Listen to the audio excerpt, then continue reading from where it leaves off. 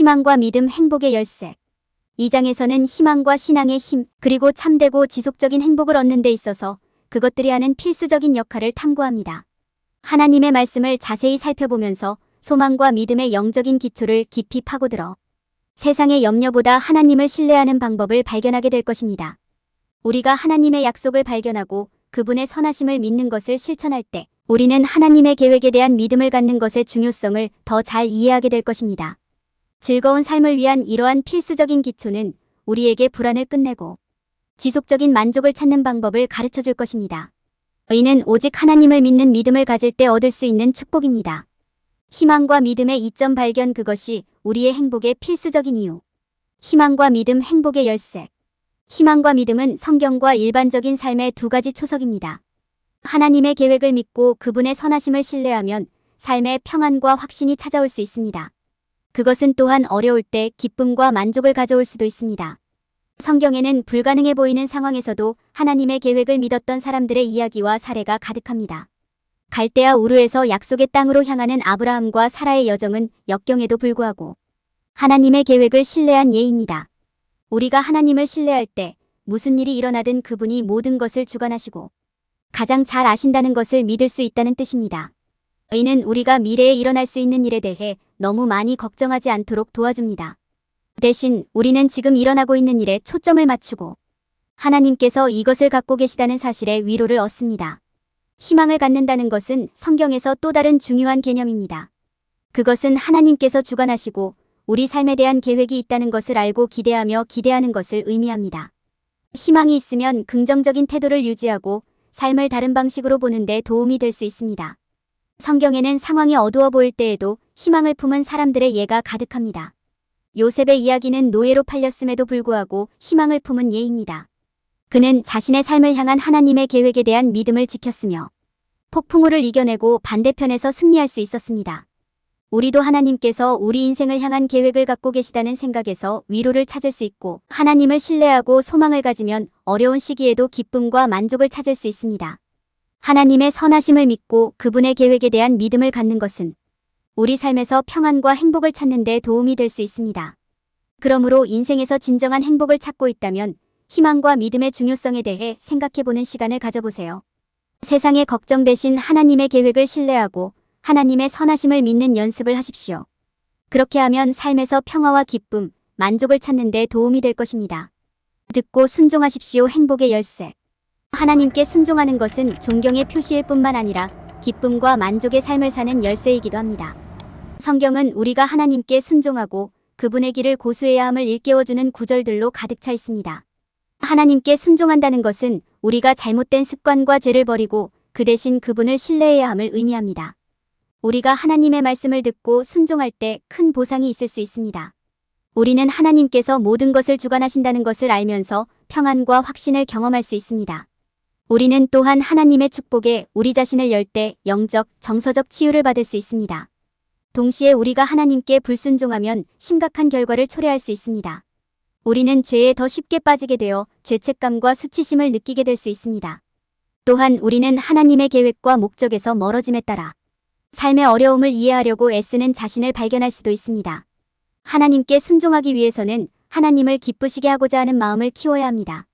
이는 시간을 내어 하나님의 말씀을 진실로 듣고 마음에 새기는 것을 의미합니다.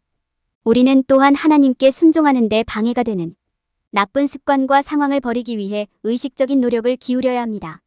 우리가 하나님께 순종할 때 우리는 그분의 약속에서도 기쁨을 찾을 수 있습니다. 우리는 죄와 두려움의 속박에서 해방되면서 새로운 해방감을 경험할 수 있습니다. 우리는 또한 평화와 만족으로 가득 찬 삶을 포함하여 순종할 때 오는 축복을 기대할 수 있습니다. 결국 하나님께 귀를 기울이고 순종하는 것은 우리를 그분께 더 가까이 데려갈 수 있으며 그분이 우리 모두를 위해 예비하신 행복과 사랑의 삶을 여는 데 도움이 될 수 있습니다. 그러므로 우리는 하나님의 말씀을 듣고 순종하여 기쁨과 성취의 삶의 보상을 받는 것을 최우선으로 삼는 것이 중요합니다. 용서, 잠재력을 발휘하세요. 진정한 행복을 찾는 데 있어서 배워야 할 가장 중요한 것 중 하나는 용서하는 방법입니다. 용서는 영적 성장의 필수적인 부분이며 당신의 삶에 엄청난 영향을 미칠 수 있습니다. 그것은 평화와 기쁨으로 이어질 수 있는 강력한 도구입니다. 다른 사람을 용서하려면 먼저 자신을 용서하는 법을 배워야 합니다. 죄책감과 후회를 버리고 실수를 하더라도 자신이 가치 있다는 사실을 받아들이십시오. 용서의 마음을 열면 그 대가로 용서를 연장할 수 있습니다. 다른 사람을 용서하면 용서의 치유력을 깨닫게 됩니다. 그것은 상처와 분노를 지나서 수용의 장소에 도달하는 데 도움이 됩니다. 원망과 괴로움을 붙잡는 대신 용서하고 자유로워지십시오. 성경에서 예수님은 용서의 모범이 되셨습니다.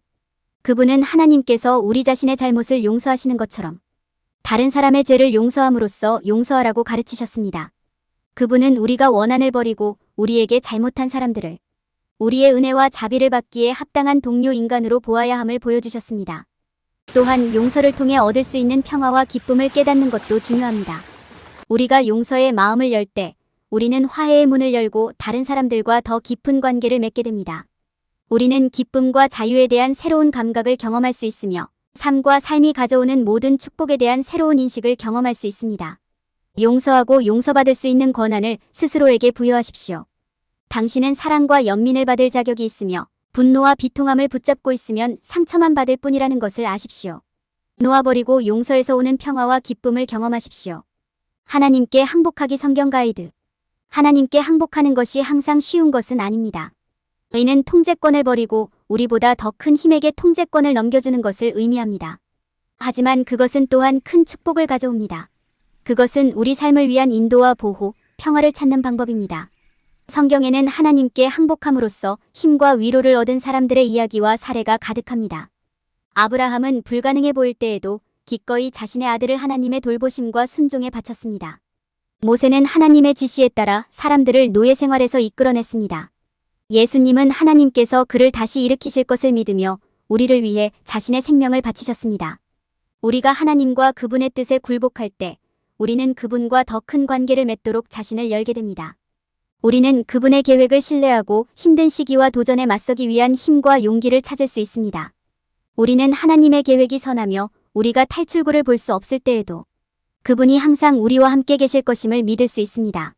하나님은 또한 우리가 그분께 항복할 때 우리에게 축복을 약속하십니다. 그분은 우리에게 평화와 기쁨, 그리고 우리 삶의 목적을 주실 것입니다. 그분은 우리에게 그분의 뜻을 행할 힘과 용기를 주실 것입니다. 그분은 가장 힘든 시기에도 우리를 인도하고 보호해 주실 것입니다. 하나님께 항복하려면 우리 자신의 뜻과 욕망을 버리는 것이 중요합니다. 우리는 겸손해야 하며 그분이 우리를 인도하시고자 하시는 방향에 열려 있어야 합니다.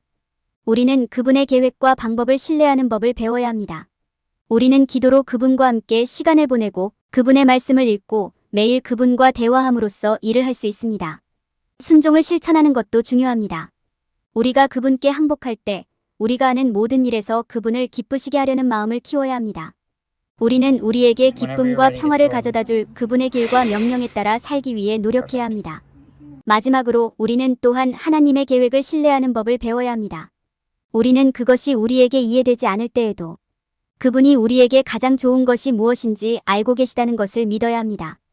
비록 우리가 아직 볼 수 없을지라도 그분께서 우리를 더 나은 곳으로 데려가실 것임을 믿어야 합니다. 하나님께 항복하는 것은 쉽지 않지만 큰 보상을 받습니다. 그분의 계획을 신뢰하고 그분의 길을 따름으로써 우리는 그분과 그분의 축복과 더 큰 관계를 맺을 수 있게 됩니다. 그러므로 잠시 시간을 내어 하나님께 항복하는 것을 고려하고 무슨 일이 일어나는지 지켜보십시오. 만족 작은 것에서 기쁨을 찾는 것. 만족은 우리 삶에 참된 기쁨과 평화를 가져올 수 있는 강력한 개념입니다. 삶의 축복이 우리 주변에 있다는 것을 이해하는 것입니다. 만족이란 작은 순간을 포함하여 우리가 가진 것에 대해 감사하는 법을 배우고 그 속에서 기쁨을 찾는 것입니다. 만족이란 현재 상황에 만족하는 것을 의미하는 것이 아니라 우리가 가진 것에 감사하고 우리가 받은 축복을 인식하는 것을 의미합니다. 만족이란 삶의 좋은 점을 감사하고 그것으로 충분하다는 것과 지금 당장 충분하다는 것을 인식하는 것입니다.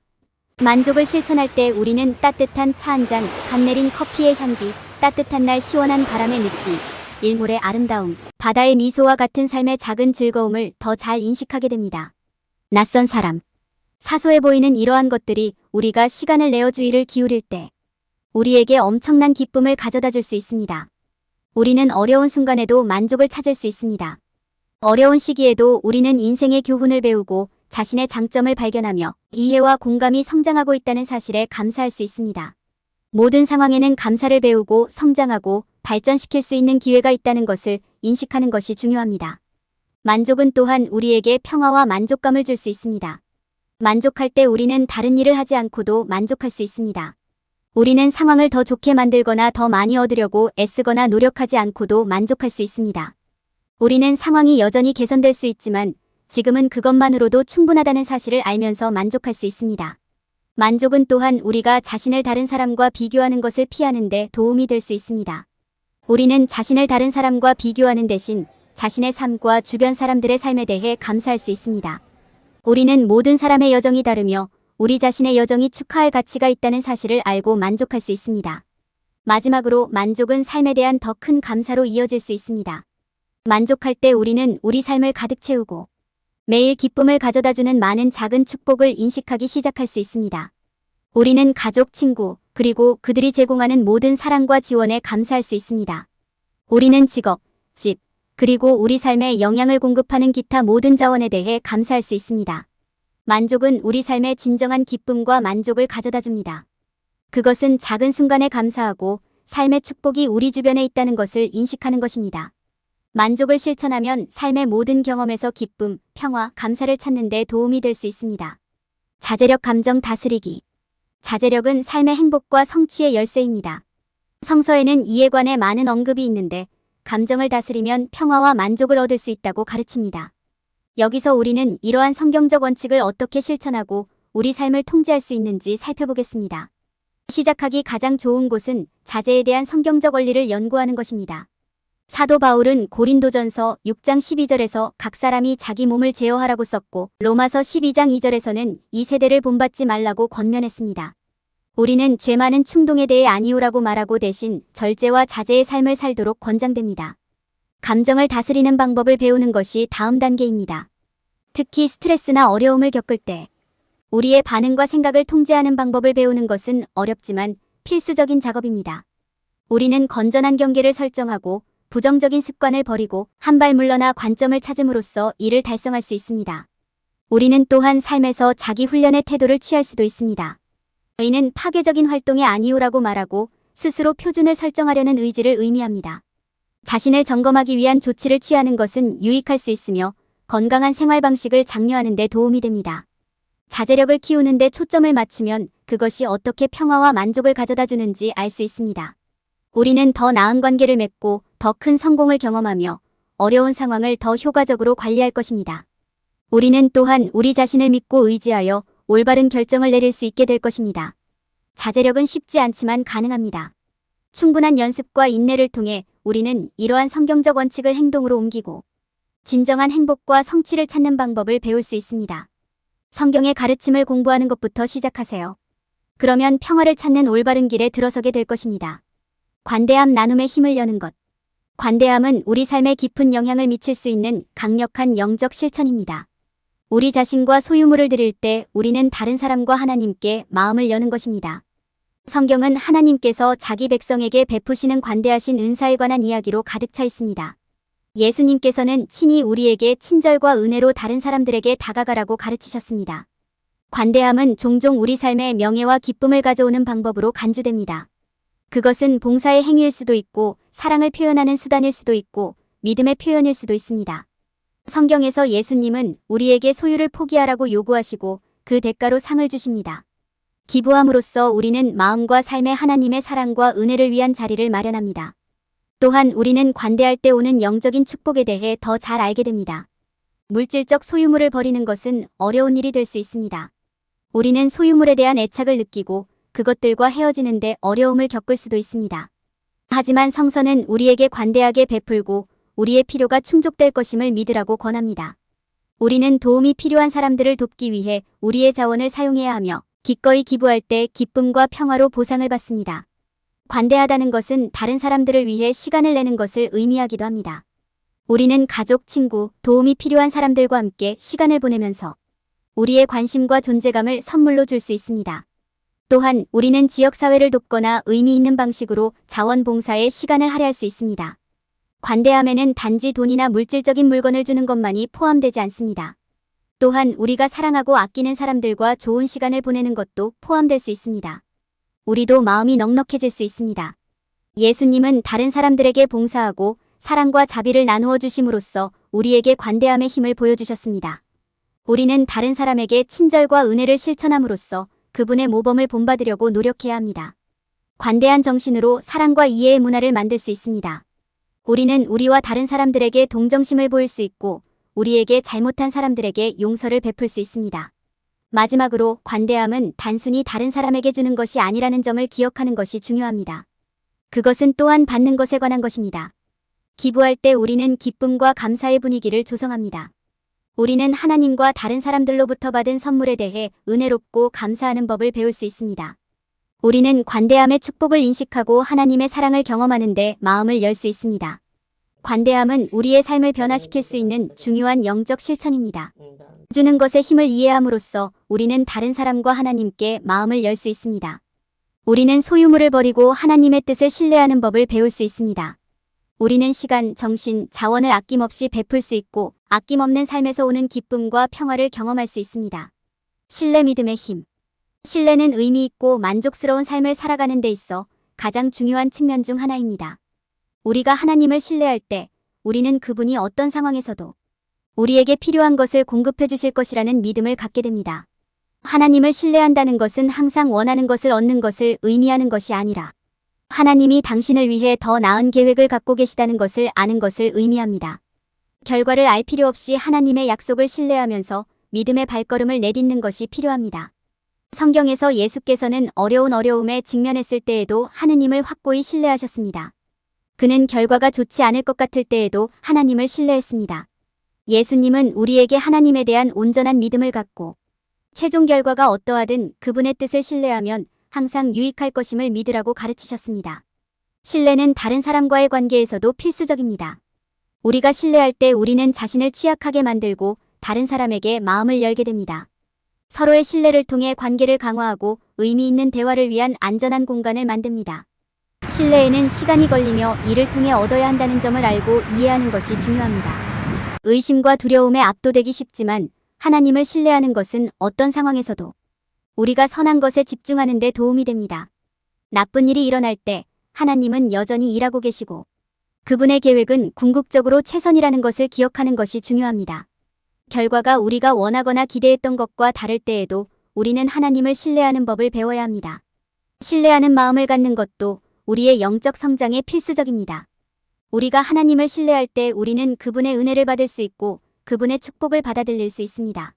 하나님을 신뢰하려면 우리의 계획을 포기하고 그분의 뜻에 따라 생활해야 하며 그분의 계획이 더 좋고 참된 기쁨으로 이어진다는 것을 알고 있어야 합니다. 하나님을 신뢰할 때 우리는 그분이 우리를 돌봐주실 것을 알고 확신을 가지고 살아갈 수 있습니다. 우리는 결과가 어떠하든 하나님께서 주관하신다는 것을 믿으며 어떤 상황에도 믿음으로 대처할 수 있습니다. 하나님을 신뢰하는 것은 우리에게 희망을 주며 참된 기쁨과 평화로 인도합니다.